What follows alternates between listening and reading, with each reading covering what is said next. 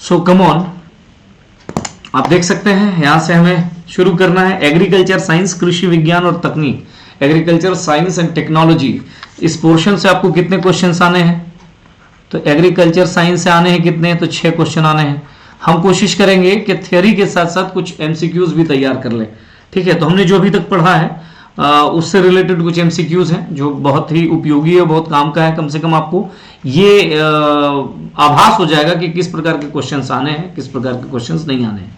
चलिए इसके पहले जरा सा मैं आपको ये बता दूं कि अगर आप हमारे ऐप में आते हैं और ईयर 2023 को कूपन कोड का इस्तेमाल करते हैं तो लगभग 50% तक जो भी कोर्सेज हैं उन कोर्सेज में आपको ऑफर मिल जाएगा। आप आइए हमारे साथ जुड़िए, और इसके लिए आप क्या कर सकते हैं, तो ये जो उर्मिला क्लासेस ऐप है, इस ऐप को डाउनलोड कर सकते हैं आकर के प्ले स्टोर से, और डाउनलोड करने के बाद आप हमारे साथ जुड़ सकते हैं। आइए, पहला क्वेश्चन है, भारत की औसत फसल चक्र गहनता कितनी प्रतिशत है? फसल चक्र गहनता कहने का मतलब कुल मिलाकर के आप ये मान के चलिए कि लगभग कितना फसल चक्र हो रहा है। औसत फसल चक्र गहनता प्रश्न है आपका, तो ये कितने प्रतिशत है, ये प्रश्न है, ठीक है। तो आंसर इसका होगा 142%। 142%। अगला प्रश्न देखिए, संसार में किस फसल का उत्पादन तथा क्षेत्रफल सर्वाधिक है? इस पूरे वर्ल्ड में कौन सा फसल है जिसका प्रोडक्शन और एरिया वाइज, यानी रोपनी भी उसका और उसका प्रोडक्शन सबसे अधिक है? तो कौन होगा?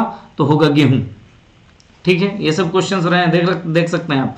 ये यूपीपीसीएस मेंस 2012 में रहा, ये आईएएस 1989 में रहा। मक्का की पत्तियों के शीर्ष का सफेद रंग होना किस बात का सूचक है? मक्का यानी मकई की जो पत्तियां हैं उसके जो ऊपरी भाग में जो है व्हाइट कलर हो जाना, वो किस बात का इंडिकेशन है? तो ये मान के चलिए कि उसमें जड़न की कमी है। जिंक की कमी की वजह से ही मक्का की पत्तियों का जो शीर्ष भाग है, ऊपर वाला भाग है, वो व्हाइट होता है, ठीक है। चलिए आगे बढ़ते हैं। चौथा क्वेश्चन, सर्वाधिक कार्बोहाइड्रेट किस खाद्यान्न में पाया जाता है? आपको पता है कि जो अगर आप पोषक तत्वों को डिवाइड करें तो कितने प्रकार के होते हैं? तो कुछ कार्बोहाइड्रेट होते हैं, इसके अलावा और कौन कौन है? तो इसके अलावा आपका प्रोटीन है, प्रोटीन के अलावा आपका मिनरल्स हैं यानी खनिज है, खनिज के अलावा आपका विटामिन्स हैं। तो ये सब पोषक तत्वों का अपना अपना अलग अलग क्या है, तो डिवीजन है। तो जैसे ये कार्बोहाइड्रेट क्या करता है जी? कार्बोहाइड्रेट क्या करता है? तो सबसे अधिक कार्बोहाइड्रेट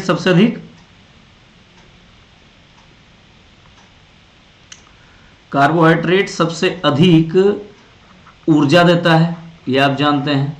प्रोटीन बॉडी बिल्डिंग है, यानी शरीर निर्माणकारी पदार्थ है, इससे बॉडी बिल्ड होता है, नए सेल्स, नए टिश्यूज का निर्माण होता है, ठीक है, शरीर निर्माणकारी। खनिज और विटामिन्स क्या होता है? तो ये उपापचय वगैरह या शरीर के अंदर में जो भी केमिकल रिएक्शंस वो होते हैं उनको ठीक करते हैं, उनको ठीक करने में मदद करते हैं, बहुत इंपॉर्टेंट रोल है इनका भी। तो कह रहा है कि सर्वाधिक कार्बोहाइड्रेट किस खाद्यान्न में पाया जाता है, ये प्रश्न है। तो कौन से खाद्यान्न में सर्वाधिक पाया जाएगा जी कार्बोहाइड्रेट? यूं तो कार्बोहाइड्रेट गेहूं में भी पाया जा रहा है, चावल में भी पाया जा रहा है, ज्वार में भी, मक्का में सबसे अधिक कार्बोहाइड्रेट की मात्रा पाई जाती है। अगला देखिए, अन्न भंडारण हेतु, है ना, अनाज का जो स्टोरेज हम लोग करते हैं उसमें अन्न में नमी की कितनी प्रतिशत मात्रा की संस्तुति की गई है? देखिए, नमी अगर ज्यादा रहेगा तो अन्न ज्यादा दिनों तक हम लोग नहीं रख पाएंगे सुरक्षित, और जब भंडारण की बात होगी तो इस उम्मीद से, इस लक्ष्य से, इस उद्देश्य से भंडारण किया जाता है ताकि लंबे दिनों तक हम उसको सुरक्षित रख सकें। तो कितने प्रतिशत तक की नमी अन्न भंडारण हेतु रेकमेंड किया गया है? 8 से कम, 12 से कम, 14 से कम, 10 से कम? कौन सा होगा आंसर? तो 12% से कम। अगर 12% से ज्यादा नमी है तो अनाज क्या होगा? खराब हो सकता है, ठीक है, तो याद रखिएगा। दलहन का सर्वाधिक उपभोक्ता राष्ट्र कौन है? दलहन पल्सेस का सबसे बड़ा कंज्यूमर कौन है? कंज्यूमर नेशन कौन है? तो भारत होगा इसका आंसर। सोयाबीन में तेल की कितनी प्रतिशत मात्रा पाई जाती है? व्हाट अमाउंट ऑफ ऑयल और फैट फाउंड इन सोयाबीन? तो कितने प्रतिशत होता है जी? तो लगभग 20 से 22%। 20 से 22%। चलिए आगे। विश्व में कपास का सबसे अधिक क्षेत्रफल पाया जाता है। वर्ल्ड में कपास का सर्वाधिक क्षेत्रफल कहां पाया जाएगा? भारत में। भारत में। क्यूरिंग की क्रिया किस फसल में संपन्न की जाती है? तो तंबाकू। तंबाकू है ना, को सुखाना, उनकी पत्तियों को सुखाना। क्यूरिंग की क्रिया किस फसल में की जाती है? तो तंबाकू में। गन्ने के रस से समग्र ठोस पदार्थ के प्रतिशत को, गन्ने का जो रस है उसमें जो ठोस पदार्थ है उसके परसेंटेज को क्या बोलते हैं? तो उसको बोलते हैं ब्रिक्स। देखिए ब्रिक्स, ब्रिक्स याद रखिएगा, एक संगठन भी है ब्रिक्स, है ना, एक संगठन भी है। क्या क्या? तो Brazil, Russia, India, China, south Africa, है ना। इसको इन पांचों को मिलाकर के ब्रिक्स एक संगठन है। आयरन की सर्वाधिक मात्रा किसमें पाई जाती है? तो आयरन की सर्वाधिक मात्रा किसमें पाई जाती है? सेब में, एप्पल में। याद रखिएगा, ये पूछा जाता है। आंवला में क्या पाया जाता है? तो विटामिन सी, है ना, विटामिन सी। नेक्स्ट, थाइमीन की सर्वाधिक मात्रा वाला फल कौन सा है? यहां थाइमीन की सबसे अधिक मात्रा वाला फल कौन सा है? काजू, अखरोट, बादाम और बेल। तो सब थाइमीन का मतलब क्या हुआ? तो थाइमीन साइंटिफिक नेम है किसका? तो विटामिन B1 का। याद रखिएगा, विटामिन B1 को भी थाइमीन कहते हैं। और एक और चीज, जैसे डीएनए जो हम लोग पढ़ते हैं ना, डीएनए, तो डीएनए क्या है? न्यूक्लिक एसिड है। एक्चुअली ये डीऑक्सी राइबोज न्यूक्लिक एसिड जिसको आप कहते हो, जिसमें 4 प्रकार का नाइट्रोजनी बेस पाया जाता है, क्षार पाया जाता है, जिसमें एक थाइमीन भी है। थाइमीन है, गुआनिन है, एडिनिन है, साइटोसिन है, तो एक थाइमीन भी है। तो ये भी एक थाइमीन का नाम है। तो थाइमीन यहाँ पे जो बात हो रही है वो विटामिन B1 की बात हो रही है। तो किसमें सबसे अधिक पाया जाएगा? तो काजू में पाया जाएगा सबसे अधिक। ठीक है, आगे बढ़िए, इसलिए काजू खाइए। सूची 1 को सूची 2 से सुमेलित करिए। देखिए, हरा सोना किसको कहते हैं? झूठा सोना किसको कहते हैं? फलों का राजा, फलों की रानी। देखिए, 2 चीज तो आप कर पाएंगे। फलों का राजा कहते हैं आम को, और फलों की रानी कहते हैं लीची को। इसी के बेस पे देखिए, लास्ट का जो 1-2, लास्ट 1-2 देखिए, यानी ए ऑप्शन इसका राइट ऑप्शन होगा। अब देखिए, झूठा सोना बोलते हैं पायराइट को, और हरा सोना बोलते हैं अफीम को। तो ये याद रखना है। नेक्स्ट, सबसे अधिक पुष्पोत्पादन करने वाला राष्ट्र कौन है? देखिए, SBIPO, सबसे अधिक फूल उत्पादन करने वाला राष्ट्र कौन है? मैंने आपको पढ़ाया है ये सारी चीजें। सबसे अधिक नीदरलैंड उत्पादन करता है फूलों का। सेब उत्पादक शीर्ष राज्य, सेब का, एप्पल सबसे अधिक, एप्पल जो है वो सबसे अधिक कौन प्रोडक्शन कर रहा है? जम्मू एंड कश्मीर, हिमाचल प्रदेश, हरियाणा और पंजाब। आंसर क्या होगा? तो जम्मू एंड कश्मीर होगा। जम्मू एंड कश्मीर होगा, याद रखिएगा। कम नेक्स्ट, आगे बढ़ता हूं। आगे बढ़ते हुए चलते हैं। सर्वाधिक रबर उत्पादक राष्ट्र कौन है? रबर का प्रोड्यूसर नेशन कौन है सबसे अधिक? तो Thailand. Indonesia, Thailand, Malaysia. Bharat में कौन होगा? तो थाईलैंड होगा, याद रखना है। इसके अलावा कुफरी, कुफरी किस फसल का किस्म है? कुफरी यानी कौन से फसल का वैरायटी है? बढ़िया से समझिए कि अब इसका मतलब ये भी क्वेश्चन बनते हैं कि कौन, अगर कोई वैरायटी है तो उसके नामों पर भी प्रश्न आए हैं कई बार। तो कुफरी जो है वो आलू का एक नस्ल है, आलू की एक किस्म है। ठीक है, कम नेक्स्ट। चाय का जन्म स्थान कहां है? कहां पे चाय पैदा हुआ? तो आंसर क्या होगा? चाय डेवलप हुआ है चीन में। चीन में, यानी ये सब भी पूछता है कि कौन सा फसल, कौन सा प्रोडक्ट कहां पहली बार बना। नारियल उत्पादक राष्ट्रों में भारत का कौन सा स्थान है? तो सेकेंड है, नारियल प्रोडक्शन में दूसरा है। सूर्यमुखी का जन्म स्थान कहां है? अच्छा क्वेश्चन। देखिए, इस तरीके के प्रश्न खूब पूछे गए हैं। ये यूपीपीसीएस आपका नहीं, ये IRS 1999 उत्तरी अमेरिका में सूर्यमुखी का जन्म हुआ है। शीर्ष केसर उत्पादक राज्य कौन सा है? केसर, सेफ्रॉन का प्रोड्यूसर स्टेट कौन है? हिमाचल प्रदेश, जम्मू कश्मीर, पंजाब और केरल। तो आंसर क्या होगा? जम्मू एंड कश्मीर।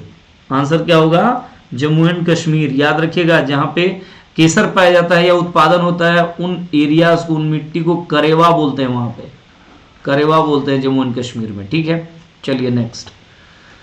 अब देखिए, एक बड़ा क्वेश्चन है, IAS में पूछा गया था। देश में तिलहन यानी ऑयल सीड्स की मांग को पूरा करने के लिए भारत अभी भी आयात पर निर्भर करता है। इसका मतलब कि तिलहन का वैसा उतना प्रोडक्शन नहीं हो रहा है जितनी हमें जरूरत है। हम अपनी जरूरतों को पूरा करने के लिए बाहर दूसरे देशों पर निर्भर है। क्योंकि पहला, किसान अन्य खाद्यान्नों के पैदा करने को अधिमान देते हैं। अन्य नहीं, इसको काट करके लिख लीजिए, अन्न। अन्य खाद्यान्नों के पैदा करने को अधिमान देते हैं, मतलब ज्यादा जोर देते हैं, जिनकी समर्थन कीमतें, एमएसपी जिसको आप कहते हो, मिनिमम सपोर्ट प्राइस, जो सरकार द्वारा तय होता है, समर्थन कीमतें अधिक लाभकारी है। बिल्कुल सही।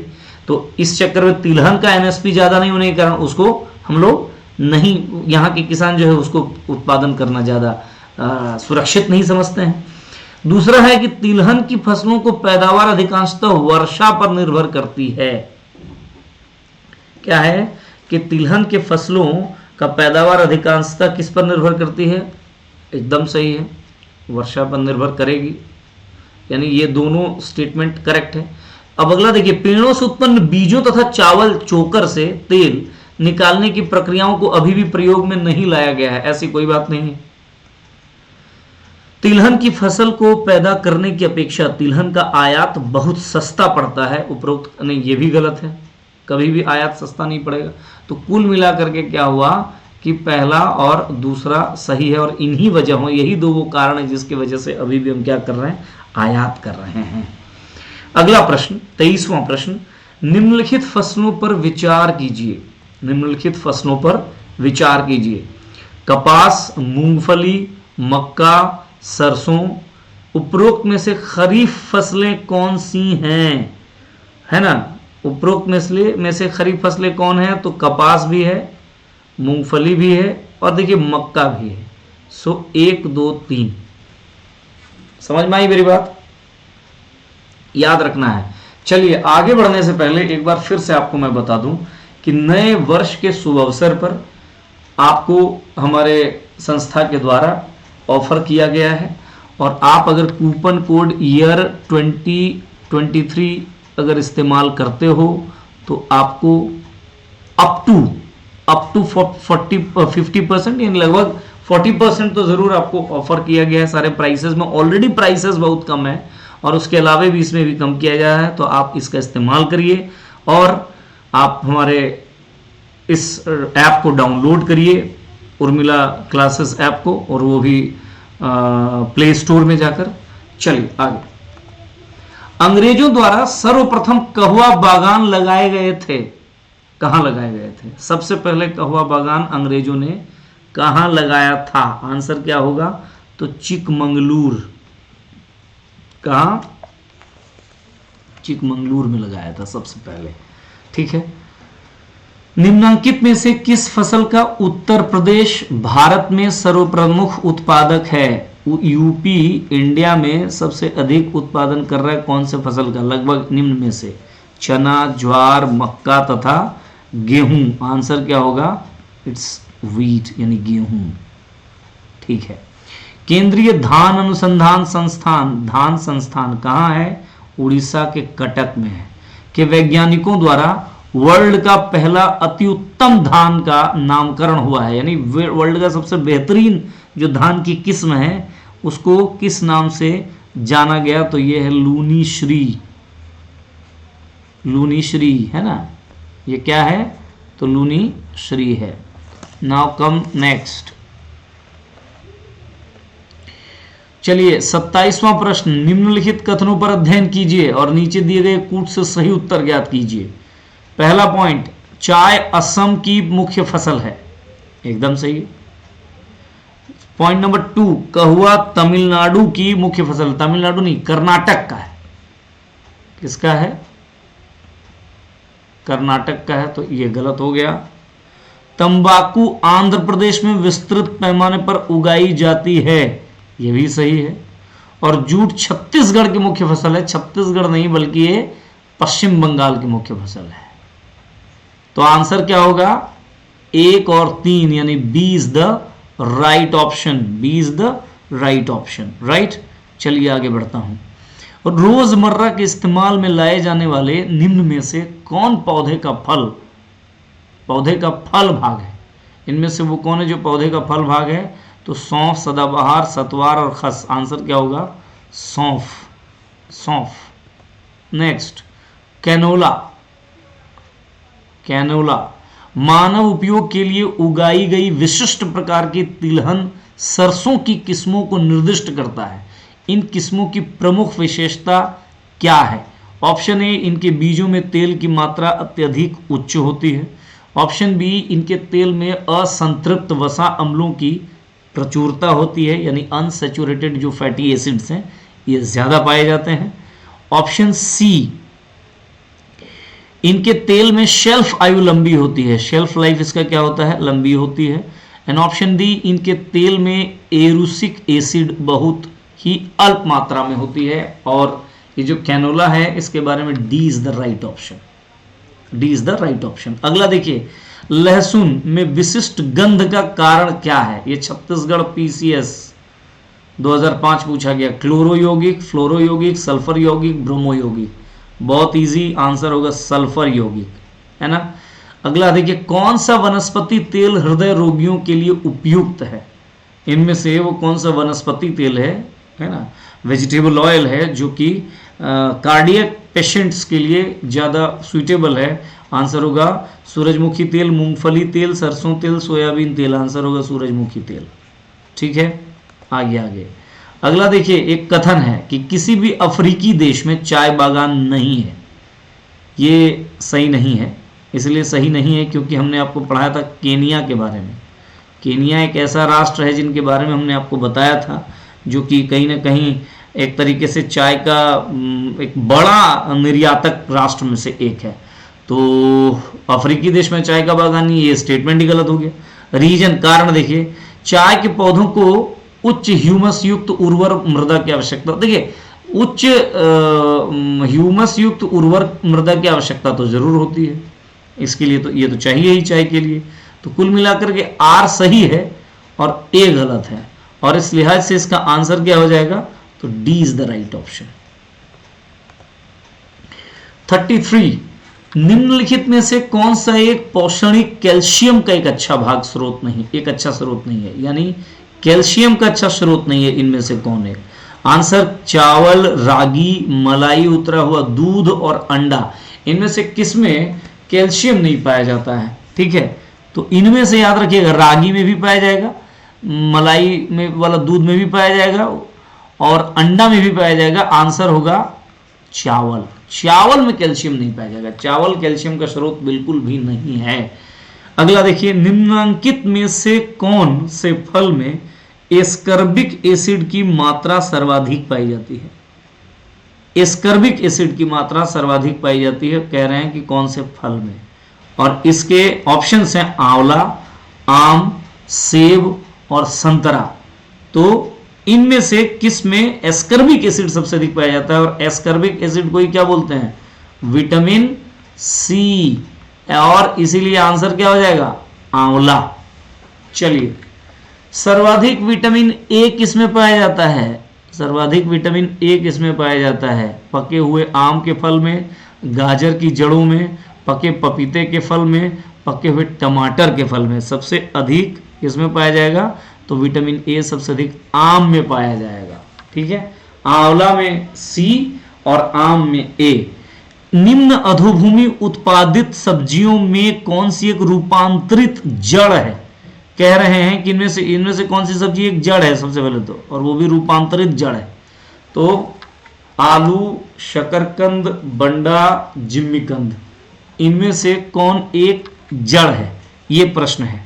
ठीक है, क्या आंसर होगा? शकरकंद। आलू क्या है? आलू एक तना है। ठीक है, आलू तना ही है। शकरकंद तो एक जड़ है। चलिए देखिए, जड़ जो है ना, रूट्स यानी जड़ दो प्रकार के पाए जाते हैं। एक को कहते हैं टैप रूट्स यानी मूसला जड़, है ना, और एक को कहते हैं आप एडवेंशियस रूट्स यानी अपस्थानिक जड़।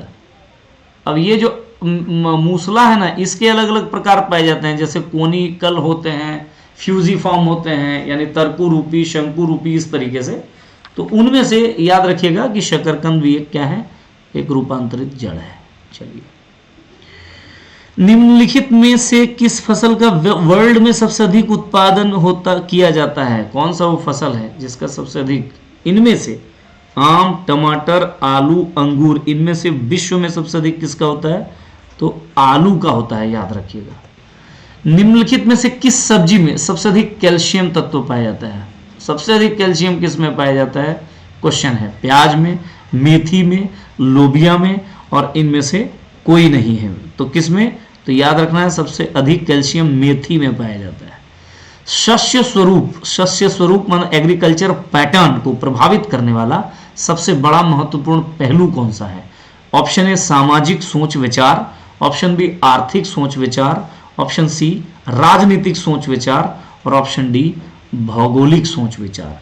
तो आपको आंसर करना होगा सामाजिक सोच विचार। क्या आंसर करना होगा?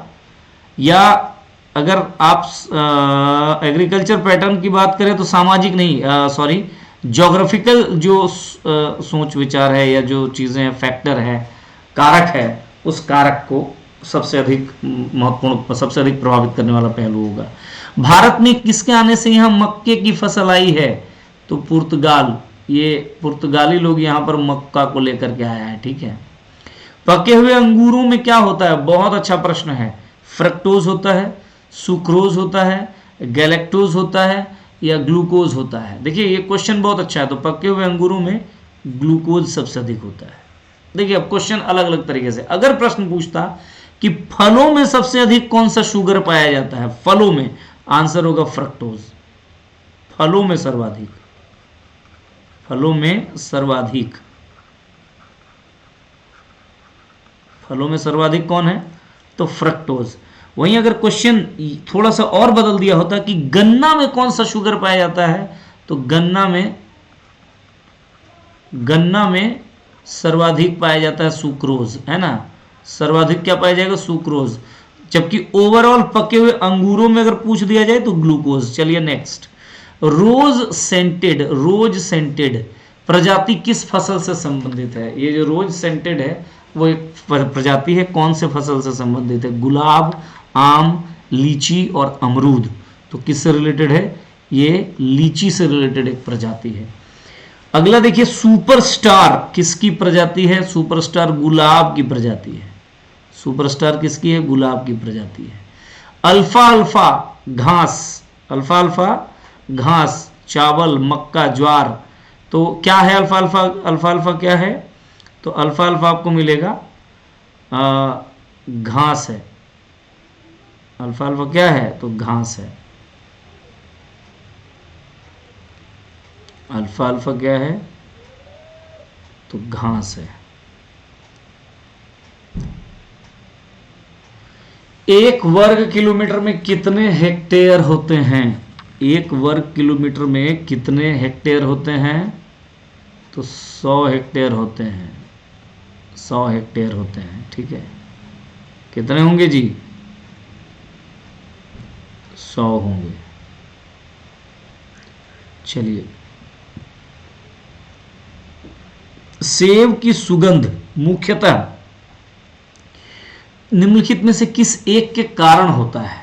वो कौन सी चीज पाई जाती है जिससे सेब में सुगंध पाया जाता है? वो जो सुगंध है ना सेब में, वो मैलिक एसिड की वजह से पाया जाता है। किसके वजह से? तो मैलिक एसिड की वजह से पाया जाता है। चलिए आगे, छिली हुई सब्जियों को धोने से कौन सा विटामिन निकल जाता है?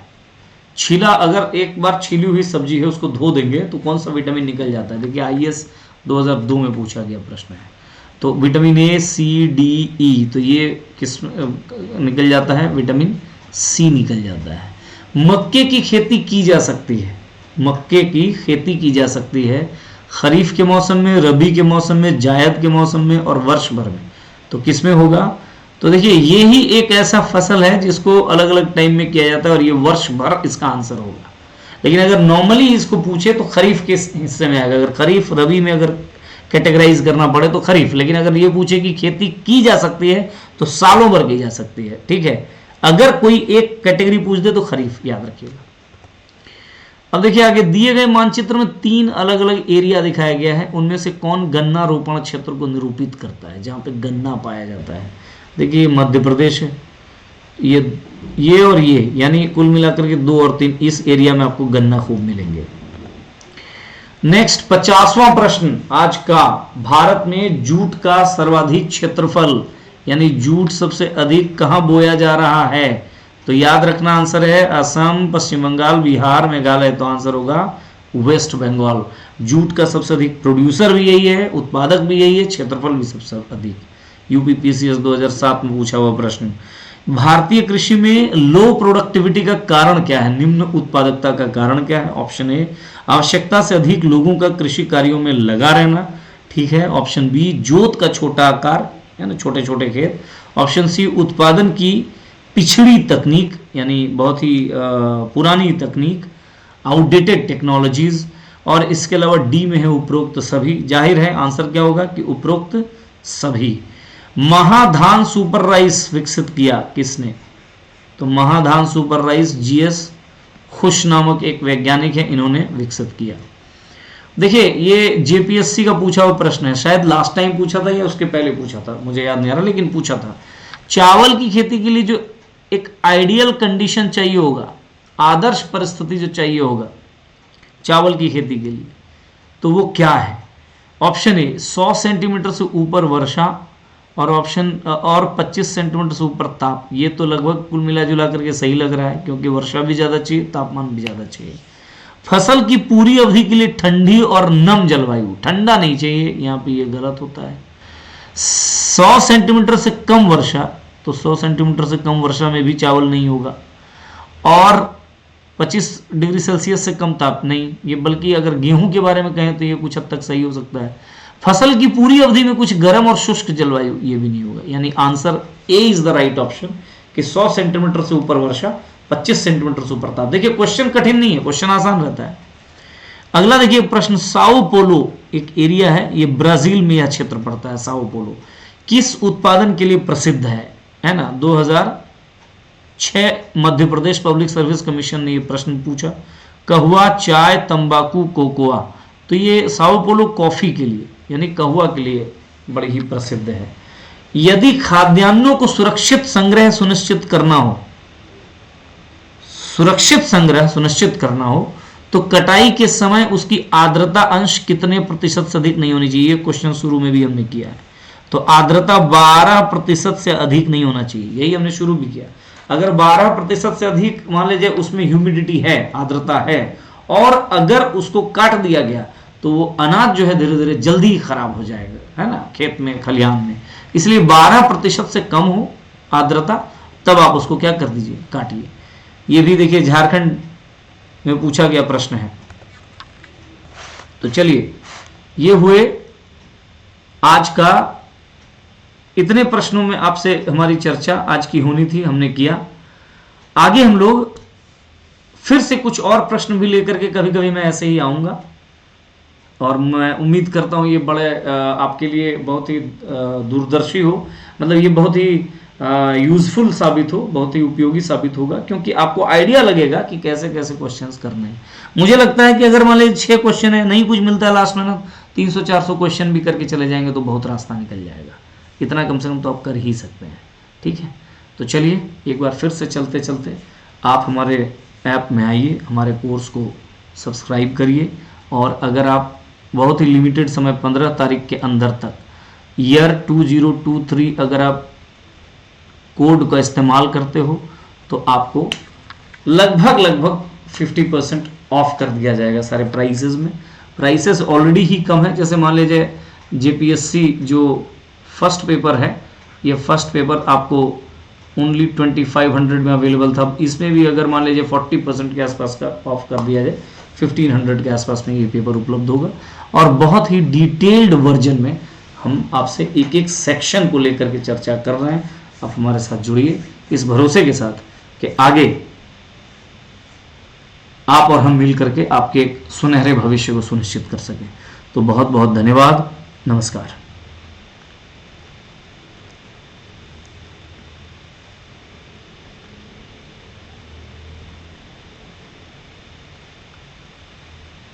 Thank you.